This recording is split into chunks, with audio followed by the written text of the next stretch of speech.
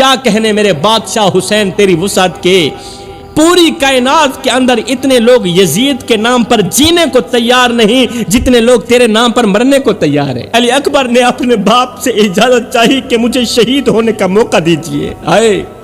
یہ وہ بیٹا تھا جسے بچپن سے اپنی آنکھوں کے سامنے پروان چڑھتے دیکھا تھا، یہ وہ بیٹا تھا جس کی آواز سن کر نانا رسول کی یاد تازہ ہو جاتی تھی۔ لوگ اپنے گھروں میں ٹھنڈا پانی پی رہے تھے مگر کربلا میں ننھے ننھے بچے خشک ہونٹوں پر زبان پھیر رہے تھے۔ حکم جاری ہوا کہ حسین کے خیموں تک پانی نہیں پہنچنا چاہیے۔ ساری دنیا پانی پی رہی تھی مگر نبی کا نواسا پانی کی ایک بوند کے لیے ترس رہا تھا۔ اس سر کو تو میرے نانا محمد نے عزت بخشی ہے، یہ سر میں ایک شرابی کے آگے کیسے جھکا سکتا ہوں؟ ان ہاتھوں کو میرے نانے محمد نے چوما ہے، ان ہاتھوں سے میں یزید کی بیعت کیسے کر سکتا ہوں؟ تاریخ کے آسمان پر کچھ ستارے ایسے بھی طلوع ہوتے ہیں جن کی روشنی صدیوں بعد بھی مدھم نہیں پڑتی، وہ صدیوں تک چمکتے رہتے ہیں۔ کچھ ہستیاں ایسی ہوتی ہیں جن کا نام لیتے ہی دل ادب سے جھک جاتا ہے، آنکھیں نم ہو جاتی ہیں، دل تو کیا میں کہتا ہوں پیشانی بھی ادب سے جھک جاتی ہے، آنکھیں نم ہو جاتی ہیں اور روح پر عجیب سی کیفیت طاری ہو جاتی ہے۔ آج ہم ایک ایسی عظیم ہستی کا ذکر کرنے جا رہے ہیں جن کی زندگی کا ہر لمحہ وفا کا پیغام تھا، جن کی سانس سانس میں نبی کریم کی خوشبو بسی ہوئی تھی، اور جن کے خون کے ایک ایک قطرے نے حق اور باطل کے درمیان ایسی لکیر کھینچ دی جسے قیامت تک کوئی مٹا نہیں سکے گا۔ یہ وہ عظیم شخصیت ہیں جنہیں رسول کریم صلی اللہ علیہ وسلم اپنے کندھوں پر بٹھایا کرتے تھے۔ میرے کریم نبی ان کو اپنے کندھوں پر بٹھایا کرتے تھے، اپنے سینے سے لگایا کرتے تھے، اور جن کے بارے میں میرے رسول کریم نے فرمایا حسن اور حسین جنتی نوجوانوں کے سردار ہیں، حسن اور حسین جنتی نوجوانوں کے سردار ہیں۔ میرے محترم بھائیوں، آج کا بیان کسی عام انسان کی داستان نہیں ہے بلکہ اس شہزادے کی زندگی کا ذکر ہے جس نے حق کی خاطر اپنا سب کچھ قربان کر دیا مگر باطل کے سامنے سر نہیں جھکایا، اپنا تن من دھن سب کچھ دین کے نام قربان کر دیا، حق کے نام قربان کر دیا مگر باطل کے سامنے، یزید کے سامنے، جھوٹے اور مکار کے سامنے اپنا سر نہیں جھکایا۔ حضرت امام حسین علیہ السلام کی ولادت مبارک 4 ہجری میں مدینہ المنورہ میں شعبان المعظم کے مہینے میں ہوئی تھی، 4 ہجری میں۔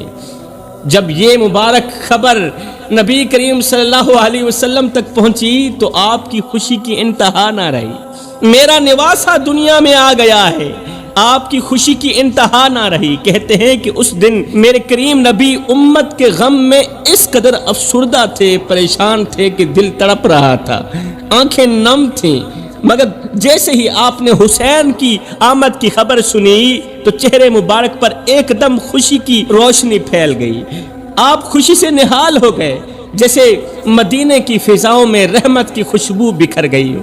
اب سوچنے لگے کہ اس نورانی نواسے کا نام کیا رکھا جائے، اس پیارے نواسے کا نام کیا رکھا جائے۔ نواسے کا نام رکھا جا رہا تھا، اب سنیے ذرا غور سے سنیے، امام حسین کا نام رکھا جا رہا تھا۔ سبحان اللہ، روایت میں آتا ہے کہ حضرت جبریل علیہ السلام اللہ کا پیغام لے کر میرے رسول کریم صلی اللہ علیہ وسلم کی خدمت میں حاضر ہوئے، حسین کا نام رکھا جا رہا ہے۔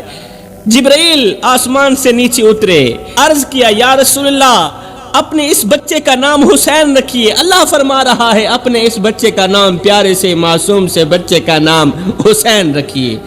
یہ نام صرف ایک نام نہیں، یہ آنے والی تاریخ کا عنوان بھی ہے، یہ وفا کا اعلان بھی ہے، یہ صبر کا چراغ بھی ہے۔ میرے محترم بھائیوں، نام رکھا جا رہا تھا حسین کا، مگر آسمان جانتا تھا کہ یہ بچہ ایک دن دین کی لاج رکھے گا، دین کا علم بلند کرے گا۔ زمین جانتی تھی کہ ایک دن اس کے قدموں سے کربلا کی مٹی مقدس ہو جائے گی، پاک ہو جائے گی، اور تاریخ جانتی تھی کہ ایک دن یہی حسین حق اور باطل کے درمیان ہمیشہ کے لیے پہچان بن جائیں گے۔ حسین کا نام رکھنے والا کوئی اور نہیں، اللہ کی ذات ہے۔ جبریل نام لے کے آنے والا ہے۔ ایک دن میرے کریم نبی اپنے نواسوں حضرت امام حسن اور حضرت امام حسین کو اپنی گود میں بٹھائے ہوئے تھے۔ آپ کے چہرے پر مسکراہٹ تھی۔ ایک طرف حضرت امام حسن تھے، دوسری طرف حضرت امام حسین تھے۔ میرے کریم نبی کے چہرے پر مسکراہٹ تھی، بچے بھی مسکرا رہے تھے۔ ہمارے کریم نبی امام حسین کے بالوں پر ہاتھ پھیر رہے تھے، بالوں پر ہاتھ پھیر رہے تھے اور آپ کی پیشانی چوم رہے تھے، ساتھ میں گلے بھی لگا رہے تھے۔ عین اسی وقت حضرت جبریل علیہ السلام حاضر ہوئے اور عرض کی، اے اللہ کے نبی، یہ جو آپ کا حسین ہے نا، یہ جو آپ کا پیارا حسین ہے نا، یہ ایک دن کربلا کی سرزمین پر خاندان سمیت اللہ کی راہ میں سب کچھ قربان کر دے گا۔ یہ حسین 3 دن کا پیاسا رہے گا اور پیاس کی حالت میں ہی اللہ سے جا ملے گا۔ پیاس کی تاب نہ لا کر بھی صبر کا پہاڑ بنے گا۔ اس کے ساتھیوں کے سروں کو نیزوں پر اٹھایا جائے گا، ان کے خیموں کو آگ لگا دی جائے گی۔ کون کہہ رہا ہے؟ جبریل کہہ رہا ہے، میرے کریم نبی کو خبر دے رہا ہے، آنے والے وقت کی خبر دے رہا ہے، کربلا کی کہانی سنا رہا ہے۔ کون؟ جبریل۔ کہنے لگا ان کے خیموں کو آگ لگا دی جائے گی۔ یا رسول اللہ، جس پیشانی کو آپ چوم رہے ہیں، جس کی زلفوں کو آپ بوسہ دے رہے ہیں، معصوم بچوں کی گردنوں پر تیر لگیں گے، علی اکبر بھی شہید ہو جائے گا، پیاسا علی اصغر بھی نہیں بچے گا۔ اور جس گلے پر آپ بوسہ دے رہے ہیں نا، اسی گلے پر آپ کی امت کے نام و نہاد لوگ ایسے وار کریں گے جیسے کوئی دشمن بھی نہ کر سکے۔ جس گلے کو آپ چوم رہے ہیں نا، اور جس حسین کے بالوں پر آپ اپنا مقدس ہاتھ پھیر رہے ہیں، حسین آپ کی گودی میں بیٹھے تھے نا، جھولی میں بیٹھے تھے، اور میرے رسول کریم صلی اللہ علیہ وسلم اپنے مبارک ہاتھ حسین کے بالوں پر پھیر رہے تھے، سر پر پھیر رہے تھے، تو جبریل علیہ السلام نے عرض کی، جس حسین کے بالوں پر آپ مقدس ہاتھ پھیر رہے ہیں نا، ایک وقت آئے گا جب یہ زلفیں خون سے تر ہو جائیں گی، جب یہ بال خون سے تر ہو جائیں گے، ان کے جسم پر 70 زخموں کے نشان ہوں گے۔ یہی تو وجہ ہے کہ آپ نے فرمایا میرے یہ دونوں نواسے حضرت امام حسن اور حضرت امام حسین جنتی نوجوانوں کے سردار بنیں گے۔ یہ میرے اللہ کا فرمان ہے، نبی کا فرمان بھی اللہ کا فرمان ہی ہوتا ہے۔ حسن اور حسین جنتی نوجوانوں کے سردار بنیں گے۔ یہ خبر دیتے ہوئے حضرت جبریل علیہ السلام واپس چلے گئے۔ اس کے بعد میرے کریم نبی اتنا روئے کہ آپ کا چہرہ مبارک آنسو سے بھیگ گیا، آنکھیں سرخ ہو گئیں، سانس بھاری ہو گئی۔ وہ بار بار اپنے نواز حضرت امام حسین کے بال چومتے، آپ کی پیشانی چومتے، گلے سے لگاتے اور بار بار فرماتے، حسین مجھ سے ہے لوگو، او میرے حسین کو پیاسا رکھنے والو، میرے حسین کو پیاسا مارنے والو، یاد رکھنا، تمہیں یاد رہنا چاہیے، حسین مجھ سے ہے اور میں حسین سے ہوں، حسین مجھ سے ہے اور میں حسین سے ہوں۔ جو حسین کا حیا کرے گا وہ میں محمد کا حیا کرے گا، جو حسین سے بغض رکھے گا وہ میں محمد سے بغض رکھے گا۔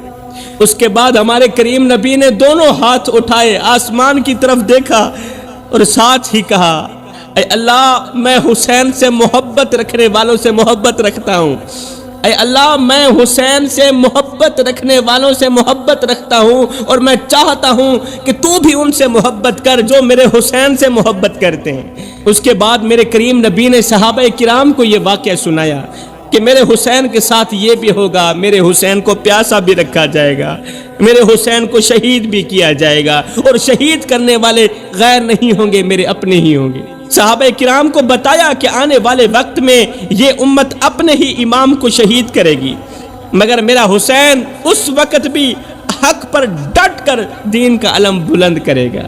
میرے بھائیوں، پھر کیا ہوا؟ وقت گزرتا گیا، یہ ننھا حسین جوانی کی دہلیز پر پہنچا۔ پھر ایک وقت ایسا بھی آیا کہ اسلامی دنیا کے حالات بدلنے لگے۔ امیر معاویہ کے وصال کے بعد یزید حکمران بنا، مگر یزید نے پورے اسلام پر اپنا ظالمانہ قبضہ جمانے کی کوشش کی۔ جب اس نے مدینہ کے حاکم ولید بن عتبہ کے ذریعے امام حسین سے بیعت کا مطالبہ کیا کہ تم مجھے خلیفہ مان لو، یزید نے کہا تھا حسین کو بولو کہ تم مجھے خلیفہ مانو، میرے آگے آ کر جھکو، میرے ہاتھ چومو، میرے حکم کی اطاعت کرو۔ تو امام حسین نے دیکھا کہ یزید شراب نوشی کرتا ہے، بدکاری کرتا ہے اور اسلام کی تعلیمات کی کھلی خلاف ورزی کرنے والا شخص ہے، خلافت کو بادشاہت میں بدلنا چاہتا ہے، حق کو باطل سے بدلنا چاہتا ہے، باطل سے حق کو کچلنا چاہتا ہے۔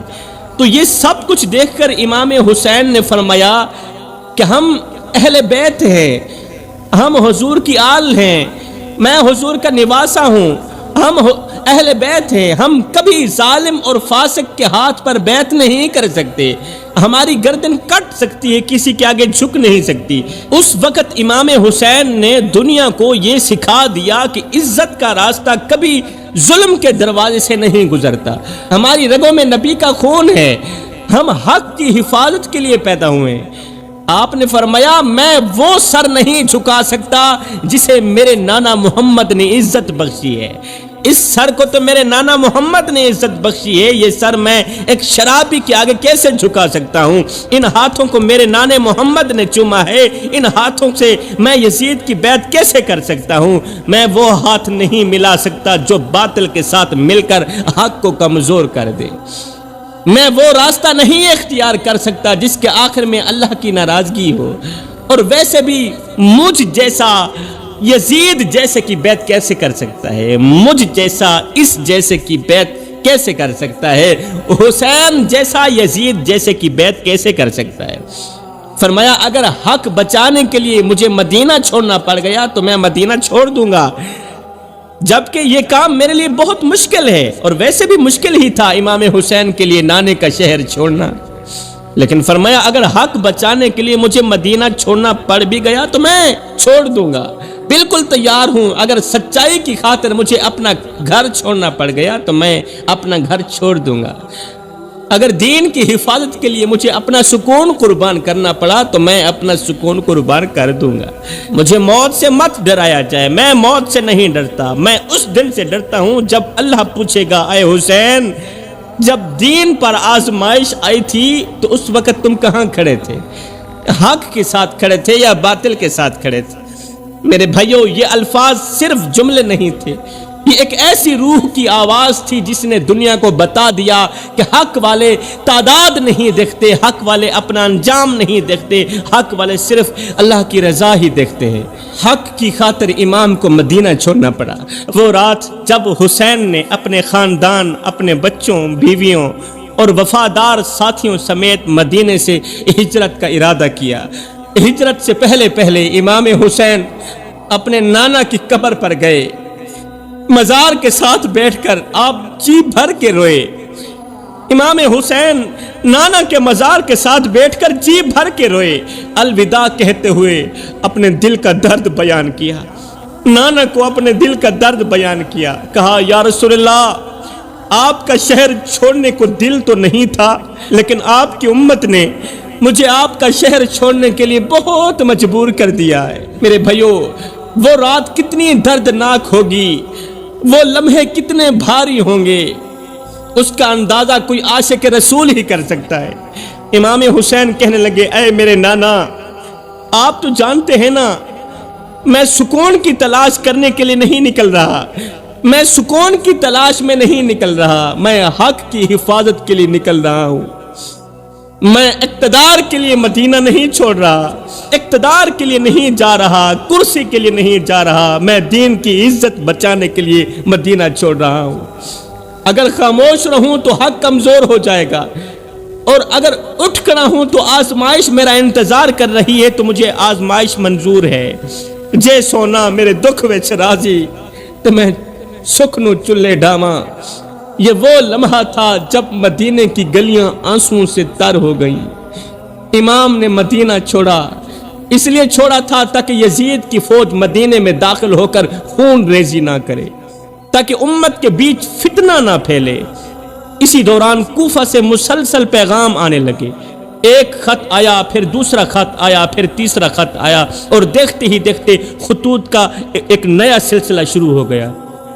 کوفہ کے لوگ عرض کرتے تھے، اپنے خطوط میں لکھتے تھے، اے نواسۂ رسول، اگر مدینے کے حالات آپ کے لیے سازگار نہیں ہیں تو آپ ہماری طرف تشریف لے آئیں، ہم آپ کا استقبال کریں گے، ہم آپ کی بیعت کریں گے، ہم حق کا ساتھ دیں گے اور ہم دین کی سر بلندی کے لیے آپ کے ساتھ کھڑے ہوں گے۔ وہ لکھتے تھے، اے حسین ابن علی، کوفہ حضور کی آل سے بہت محبت کرنے والوں کا شہر ہے، ہم دل سے آپ کی محبت سے آباد ہیں، ہم آپ کو تنہا نہیں چھوڑیں گے، ہم اپنی جانیں قربان کر دیں گے لیکن آپ کا ساتھ نہیں چھوڑیں گے۔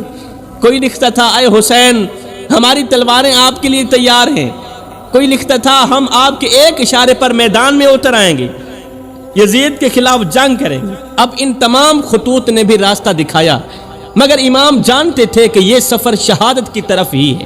یہ تمام خطوط پڑھنے کے بعد بھی امام نے کوفہ والوں پر نہیں، اللہ پر ہی بھروسہ کیا، حق کی راہ چنی۔ مدینے سے نکلتے ہوئے آپ کے دل میں صرف ایک ہی بات تھی کہ یا اللہ، میں صرف تیرے دین کی خاطر نکل رہا ہوں، میں اقتدار کی خاطر نہیں نکل رہا۔ امام حسین مدینے سے نکل پڑے اور یہ قافلہ آہستہ آہستہ مکہ مکرمہ کی طرف بڑھنے لگا۔ راستے میں جہاں بھی لوگ آپ کو دیکھتے، آپ کے گرد جمع ہو جاتے، کوئی آپ کے ہاتھ چومتا، کوئی دعاؤں کی درخواست کرتا اور کوئی عرض کرتا، اے نواسۂ رسول، ہم آپ کے ساتھ ہیں۔ لیکن امام حسین جانتے تھے کہ زبان سے ساتھ دینے اور میدان میں ساتھ دینے میں بہت فرق ہے۔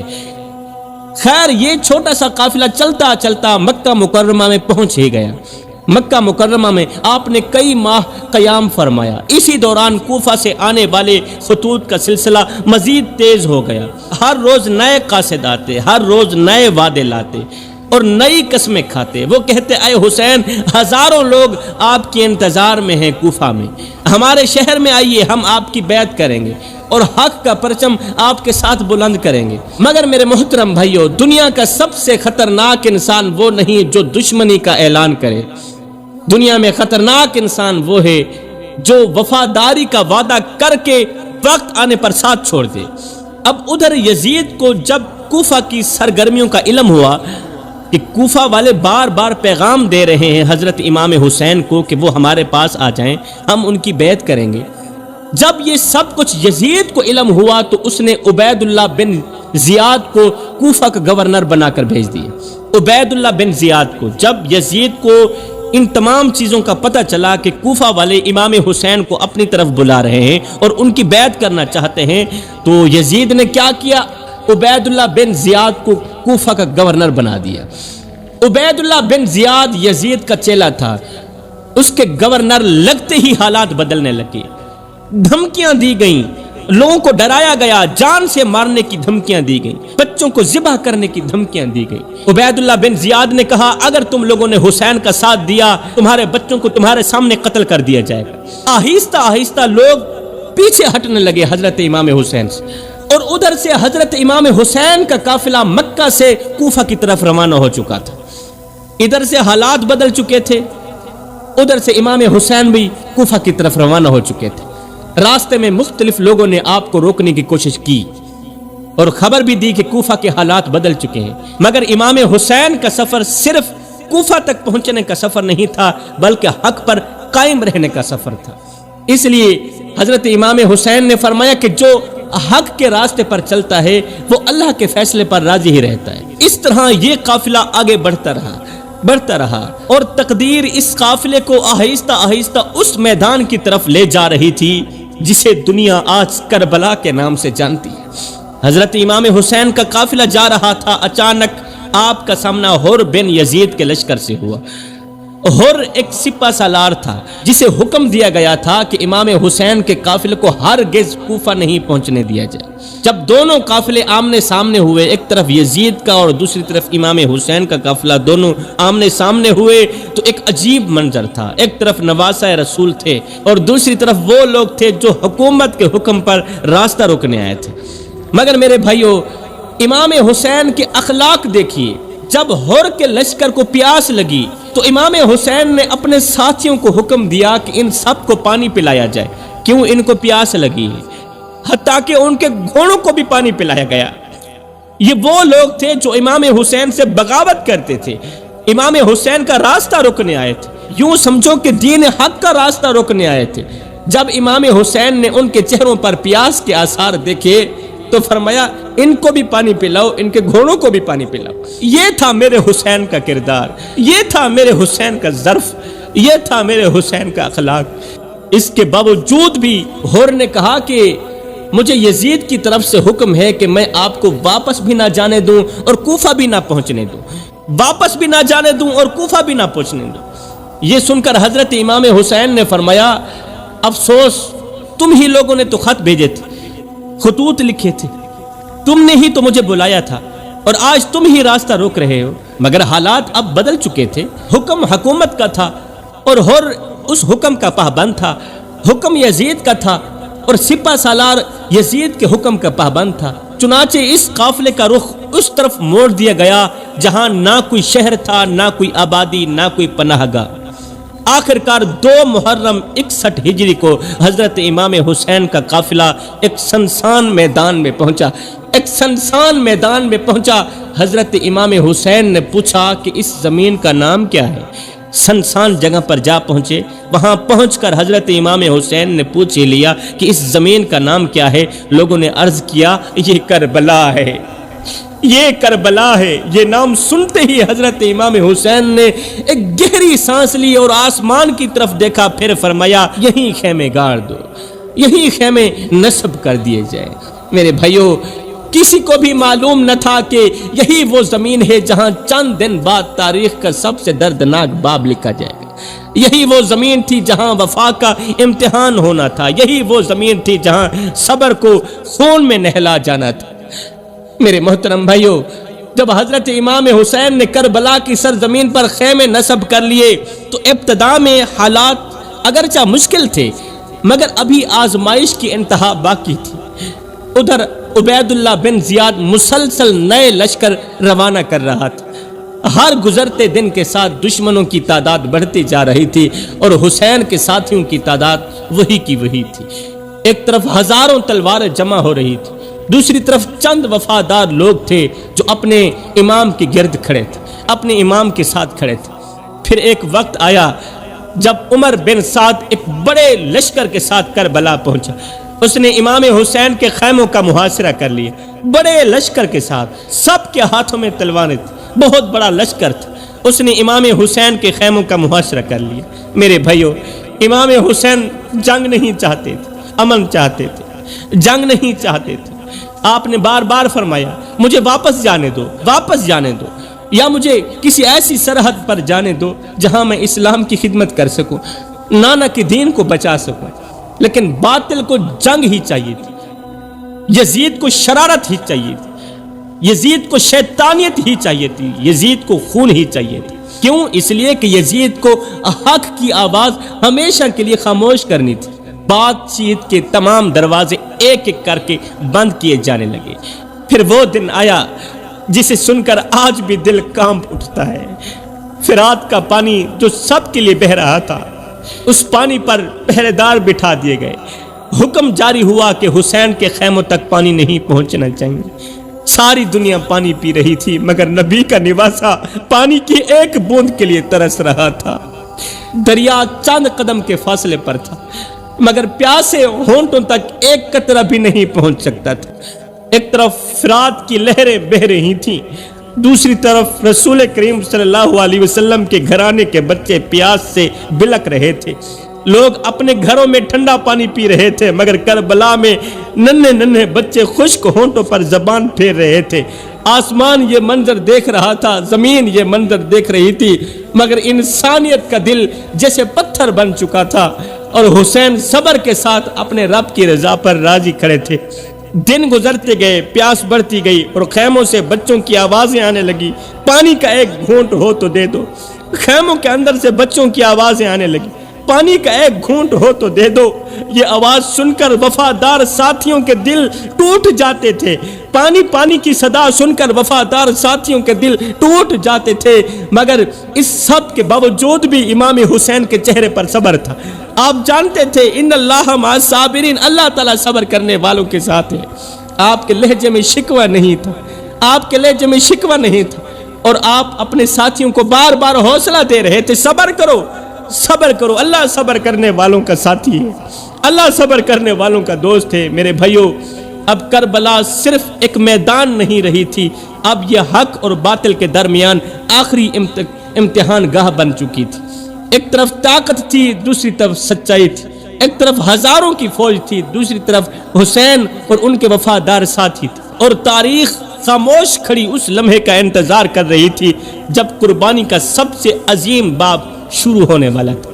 10 محرم کا سورج طلوع ہوا تو کربلا کی سرزمین گواہی دینے کے لیے تیار کھڑی تھی کہ آج تاریخ کا ایک ایسا دن آنے والا ہے جسے دنیا قیامت تک یاد رکھے گی۔ امام حسین کے وفادار ساتھی ایک ایک کر کے میدان میں اترتے گئے، ہر طرف سے آزمائش بڑھتی جا رہی تھی، مگر حضور کے نواسے کے قدم حق سے نہ ہٹے۔